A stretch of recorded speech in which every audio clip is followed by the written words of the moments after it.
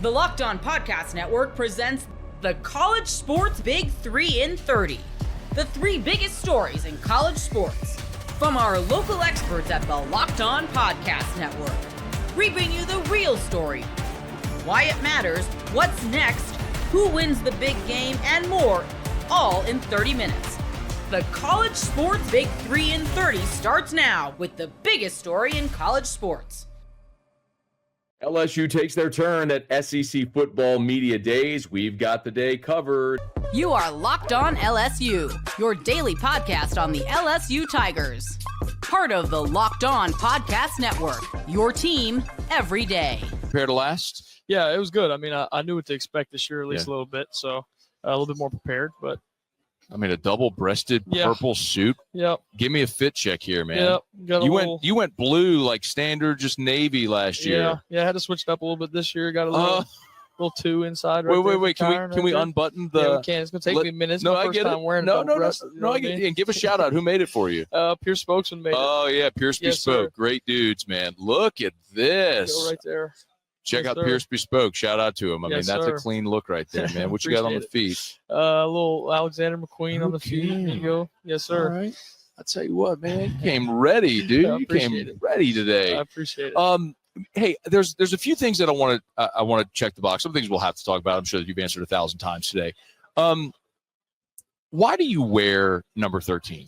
Have you told this story before? Yeah. So, okay. I mean, my dad wore 13 throughout high school, or not high school, actually. My dad was actually a safety. Didn't play quarterback till senior year of high school, fun fact, and then played at the University of Idaho. And there he wore 13, and then for the Saints he wore 13. And so just my whole life, it was just always 13. And 10 and 5 were the backup numbers because of those are my dad's quarterbacks.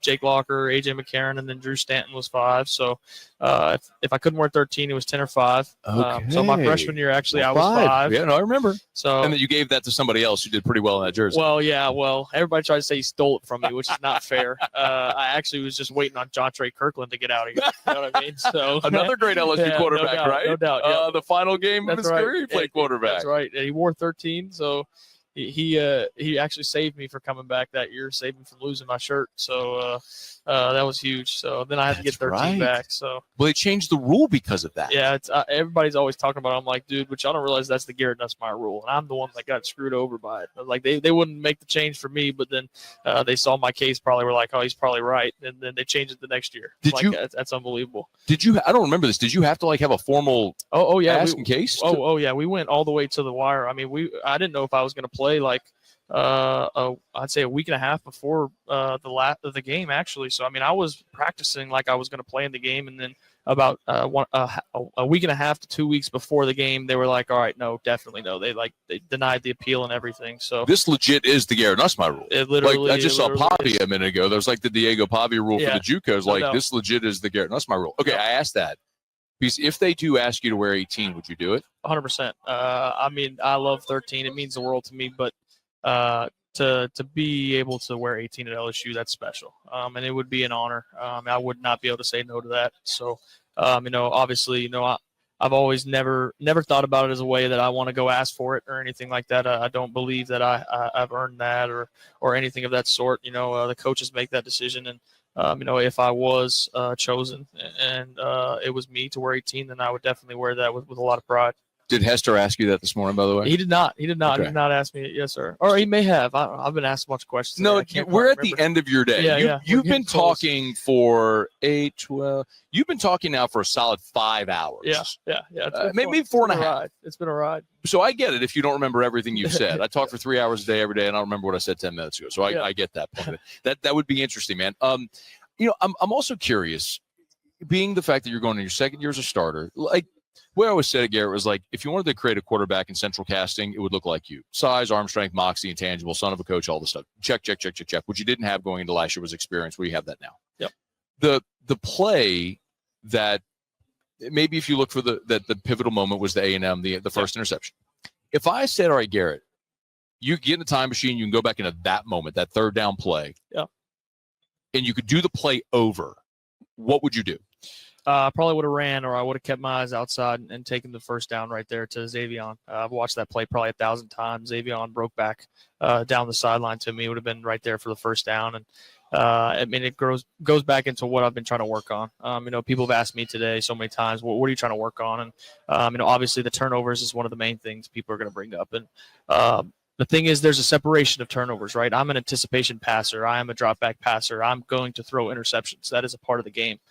The problem is where I need to improve on were the interceptions that didn't need to happen. They were forced errors, just like that play against A&M, where I'm trying to make a play or I'm trying to do something outside of what I should be doing, And so plays like that, it also ties into what I've been working on so much about using my feet more. It's times where the play breaks down. I should just get back to the line of scrimmage. I should just go get 3 yards and slide. I should just maybe more, and instead I've tried to make throws or do things that I shouldn't be doing, and that's led to turnovers, and those are the ones that I've really tried to eliminate out of my game. There was a play in spring where I guess it was a zone read, but it looked like it was a design run for you, and you ran for about 20 yards around right end, and Sloan looks at the media. He goes, y'all like that, huh? Kind of like, so it's pretty clear that that's an emphasis, right? Absolutely. Trying to get you more involved in the run game. And do they have like design packages, or is it more just what you said, awareness? Yeah, I'd say, we always kind of run plays that involve with maybe a defensive end read or a linebacker read that could cause me to run the ball. And I think you'll see more from me in the scrambling aspect. I don't know that I'm the type of quarterback that you design 20 runs for, you know what I mean? That's not really my game. But as I said, it leads into the floor of my game, which I've really been trying to raise, is leading into those turnovers and making those mistakes are times where I should have just taken off and run or just go get it when nothing's there, And I think because also that I didn't do enough of that last year, teams were able to play us in a way to where all they had to take away was the pass because they knew I wasn't going to run. They could bracket different guys and they won't even have a quarterback player, And so there are just so many ways that if I would have just taken that step of learning when and when not to just go get a couple yards, that teams would have had to play us totally different, which obviously opens up the field for guys who clearly we have so much speed now and so many guys that can make so many different plays. It would open up more for them. Garrett Nussmeier is our guest. I asked Chris this earlier. This is a good problem to have, but there are so many guys. How do you distribute the football and get everybody their touches? It's tough. I mean, when you have so many different players who are all so special in many different ways, it's hard. It's like you get a guy the ball and you're like, dang, okay, well now we got to get this guy the ball, or should we have given it to that guy? You know what I mean? It's so tough. But do you think about that? I'm starting to interrupt, but do you go through that in a game? Like, I need to get him a touch? Yeah, no, I wouldn't say necessarily as a quarterback. I'd say that's more, on the scheme and what we're trying to do, and that's not my job. I try to keep myself focused on my job, and I think that'll come within the play calls and the different things that we're doing now. And the word that I keep using today is versatility. Is we are going to be so versatile and getting guys the ball in many different ways, allowing them to make plays. And as a quarterback, it goes back to kind of early on in my career as a freshman. I remember just learning how to be a better distributor of just doing my job and just giving the guy the ball. Just give a guy a chance to make a play, put the ball in his hands and allow him to do the rest, because that's what they're here for. And we have so many guys who are capable of that now. And so it's been an emphasis for me to just be a distributor, to be a general, to just get the ball in the guys' hands and allow them to go make the plays. Summer sports are in full swing, and whether you're all about baseball under the lights, golf on the green, or high-stakes soccer action, FanDuel is the best way to make every game even more exciting. You're already following the action. Why not make it a little more thrilling? With FanDuel, you can get in on the game while your friends are getting sunburned at the beach. I'm using FanDuel to track my favorite matchups, and the apps keep it fresh with new daily promotions and fun ways to bet. It's easy to use, fast to pay out, and makes even regular season games feel like must-watch events. I made a little money off an early round play at Wimbledon, for example. Whether I'm placing a same-game parlay or watching a bet ride in the ninth inning, FanDuel makes it feel like I am part of the action. New to FanDuel, new customers can bet just $5 and get $150 in bonus bets if your first bet wins. Open the FanDuel app today or visit FanDuel.com to get started. Today, we got the new head coach of Iowa men's basketball, Ben McCollum, joins us. You are Locked On Hawkeyes, your daily podcast on the Iowa Hawkeyes. Part of the Locked On Podcast Network, your team every day. Joined today by Ben McCollum, the new head coach for the Iowa basketball team, as he makes his way through his first summer in Iowa City as the head coach. Of course, I did a little bit growing up. Coach, good to see you again once today. Introductory press conference. We talked on the radio one time, but now seeing you in person, good to see you. Yeah, great to be here. Appreciate you having me on. Well, it is a busy time for you. Evaluation period's happening here in July. You got the AAU circuit. I know you and your staff have been all across the country here looking for the future of Iowa basketball. When we go from the open evaluation back in spring, you get the job, hit the ground running, putting a class together. I mean, have you had a moment to breathe yet? Or have you had that moment where you can just sit back and say, man, I'm the head coach of the Hawkeyes? No, I don't think I've breathed in about a year and a half, so close to a year. So no, you just kind of get to the next thing. You just work. And that's the nature of this profession, is the second you relax too much, somebody else is passing you. So, we just work. The only surreal moment was probably like the fight song, when that was played for my introduction. It was like, wow, that's what I used to listen to as a kid. And then we were out at the lake the other day, and we were playing catch with an Iowa football, and it's like, no, we are the Hawkeyes. So there's like a few strange things that happen like that, but other than that, it's just work, business as usual, and we've got a good group, and we're working hard, so it's been fun. You mentioned, I mentioned the evaluation period that's happening. And I guess we're going to start with a little recruiting here, as that's the time of year that you're definitely going through, went through summer workouts with the group and all those things. But you're going after a different caliber of player now. The relationships are not as embedded as maybe, some other coaches that have been on the scene for a while, that have been in the Big Ten or at the power forward level lately. Are you playing catch up at all? Or is it just, hey, let's get these relationships going? How quick can you do that and maintain and build the relationships with different prospects?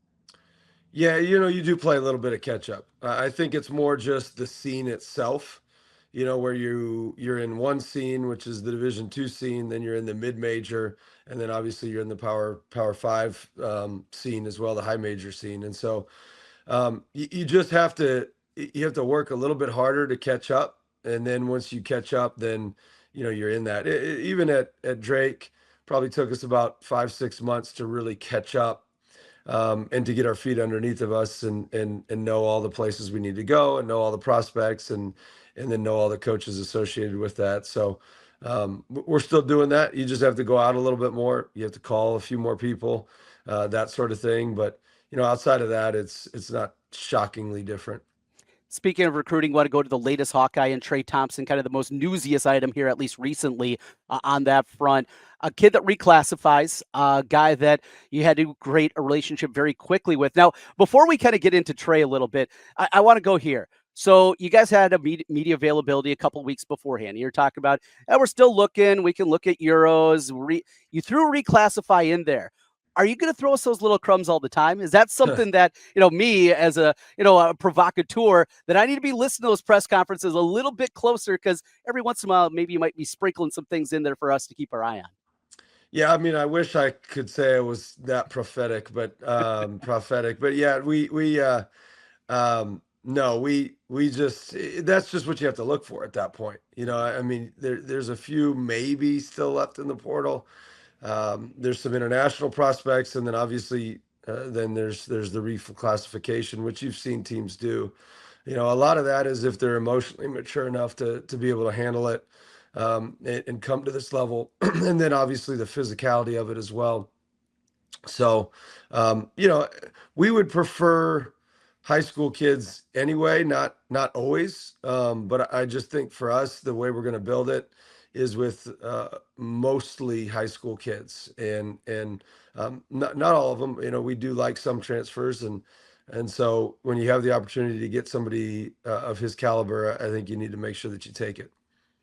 Trey, as a prospect, power forward, is that what you guys look at? And just positionally as a whole, I think I've heard you say in the past, you don't look at it 1 through 5, that kind of thing, but kind of how he fits. And is it a guy that you believe, even as someone that should be a high school senior, that's going to be able to help the team right away this year? Yeah, it's really whatever kids can guard. And so for him specifically,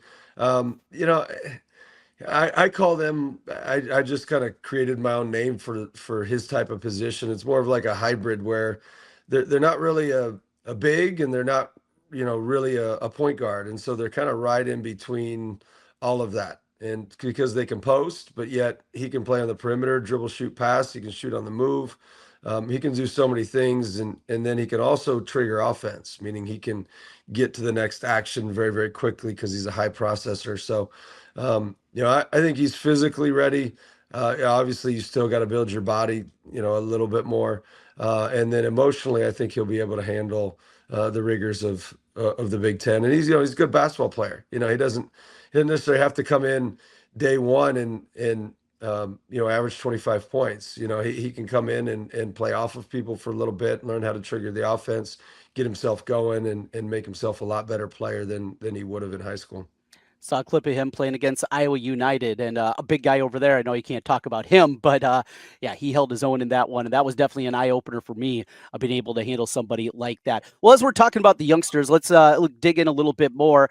Now, I got to go to Trev next. So I don't know, Coach, if you remember, called a lot of your son's games, Waukee Northwest, a lot of Valley games, as I do high school basketball here in the radio in Central Iowa, and I saw Trev over the last 3 years, probably 25 times in person. So I've seen a ton of him. I believe he's a guy that can help right away. Your guys' thoughts and being committed to UNI, making that phone call and trying to get him to flip to become a Hawkeye. Take us into the process of the West Des Moines Valley product. Yeah. So I thought that when we recruited him at Drake, I just thought, and he committed so early. And then I think he went out to Peach Jam and played really well. But at that point he had been committed to UNI. And I think it's fairly decently documented that it was his number one school all along was the University of Iowa. That's where he wanted to be, outside of, UNI. And so then he chose UNI because that was the scholarship that he had, and they did a great job of recruiting him. And Ben, Coach Jacobson is awesome, and their whole staff is excellent. And so, fast forward, I saw him throughout the year. I think he grew an inch or two, and we ended up getting this job, and I took kind of a big risk by calling his coach with nothing, and just saying, hey, I'd like to just talk to Iowa. That's the only school I really want to talk to. If they say no, I'd still like to come to UNI. Is my understanding as to how it went, but I'm not totally sure. And ended up calling. We made sure he had his release, and then the rest is history. And then he came here. I do think he can play. Just because of his skill set, his ability to pass. He's got great size, his physicality. He's catching up. Defensively, I think that's going to be the hardest thing. Just trying to find a way defensively to be up in coverage, where in the past he's been back in coverage. Just some of those things in ball screen coverage and stuff like that. But smart kid, great kid. Not surprising, but you would be surprised at how hard he works. Because usually 6'11". 250, 255, whatever he is, it's difficult for those guys to just come in with an extreme work ethic, and he's got that. He works hard, so we're definitely excited about him. I'm going to love coaching him for the next few years. Great family too, and got to know the family throughout the years, and really excited to see Trevin Yerock playing for the Hawkeyes coming up this year. What other freshman is Tate Sage? And this is a guy we kept waiting, right? Because looked like he was going to deep commit for Drake, follow you along, and we're just waiting for that press release, and we're waiting, and it finally happens. He's kind of been that buzz guy, open practices that the media has been able to be a part of. His name continues to come up. Tell us a little bit about Tate and your expectation for him, a guy that certainly has got the size and the shooting ability to be an impact player. Yeah, no, I mean 6'7", but probably guess 6'6.5". It can really shoot it. Knows how to play off people, meaning I think in high school he averaged maybe 13, 14 points, and it was good basketball, not great basketball. And so you're like, well, you should average 25 if you're at the Power 5 level, but that really wasn't his. That's not his niche, I mean, his is his ability to pass and play with other really, really good players and play off of him. So as he translates levels, his role doesn't shockingly change. And so he's able to adapt very, very quickly. very smart, just a smart, high IQ basketball player that can really shoot it and finish at the rim. A lot more athletic than you would assume, than you would think. And so he's had a good summer so far. He had one of his better days, I think, 3-4 days ago, and then didn't have his best day yesterday. So we're still a freshman, still a work in progress, but we're getting him there.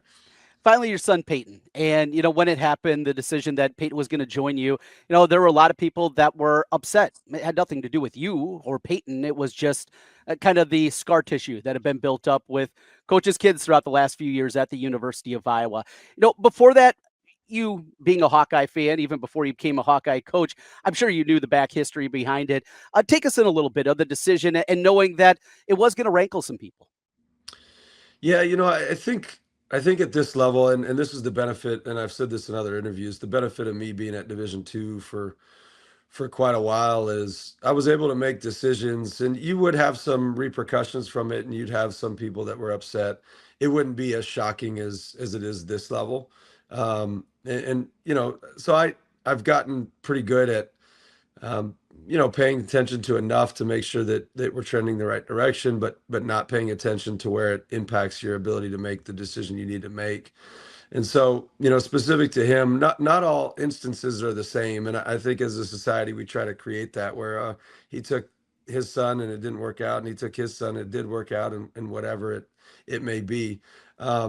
Specific to Peyton, right now if he's not our hardest worker, he's one of, he's probably close to our hardest worker. Him, maybe Bennett's in there quite a bit.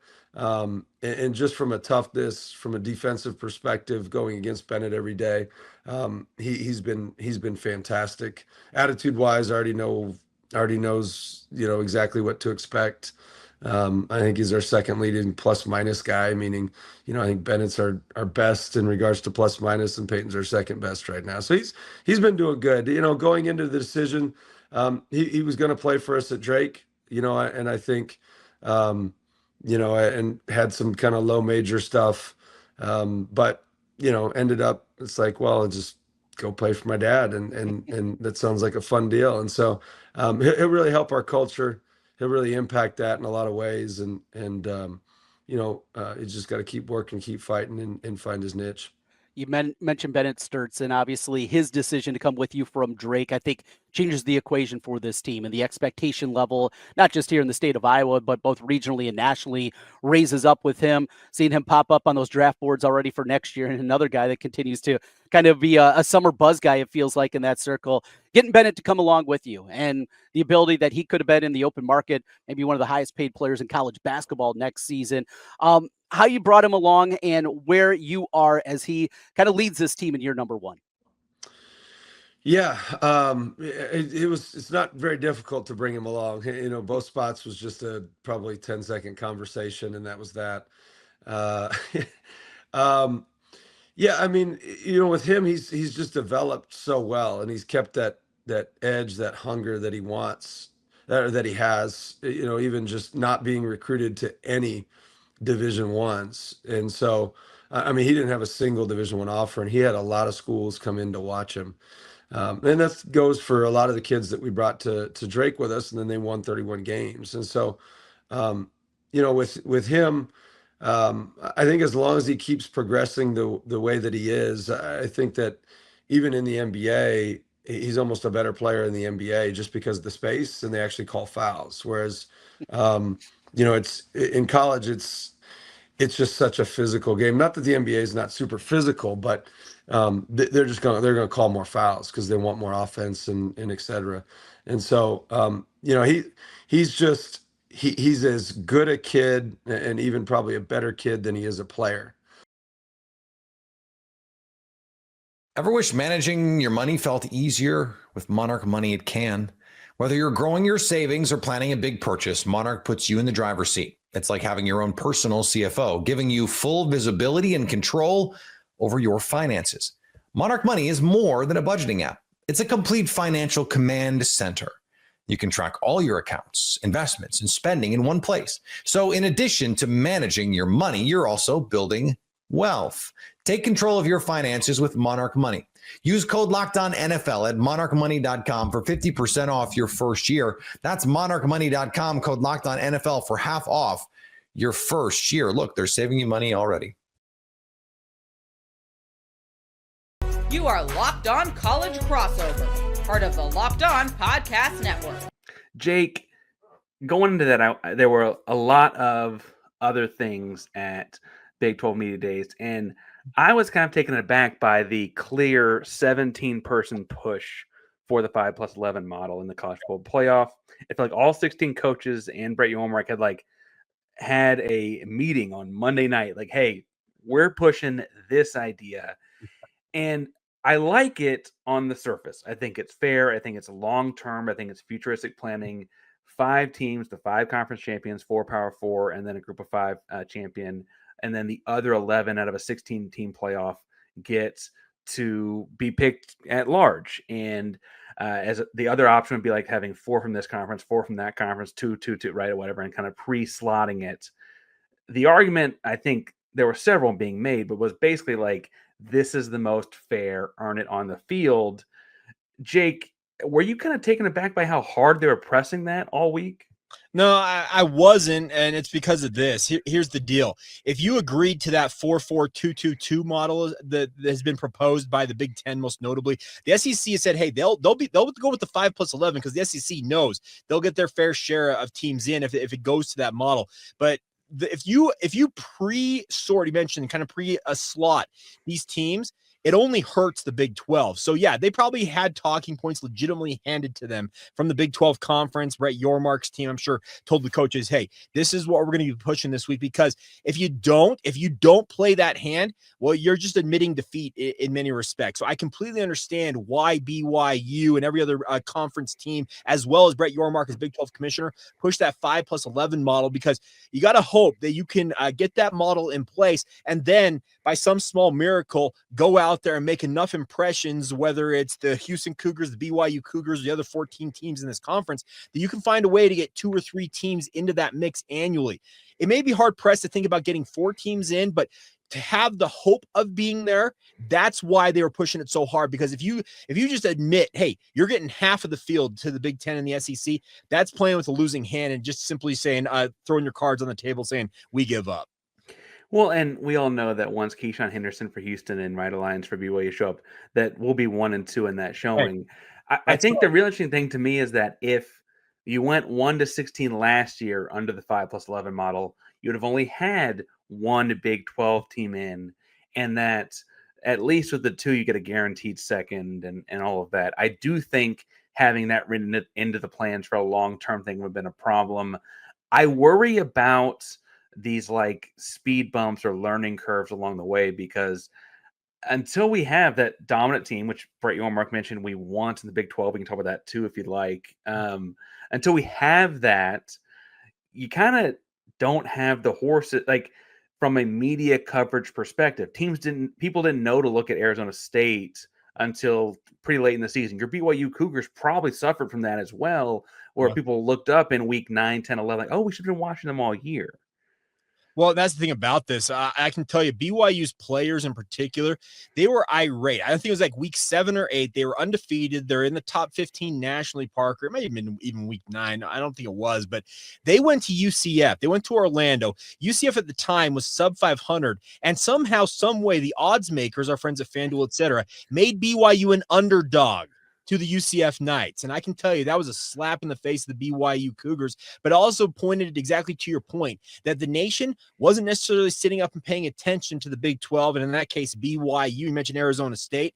We're going to have some name brands really emerge here, whether that's a Texas Tech with all the money they're throwing around in NIL. If BYU can capitalize on AJ DeBonsa in basketball and Ryder Lions in football, you mentioned Keyshawn Henderson for Houston.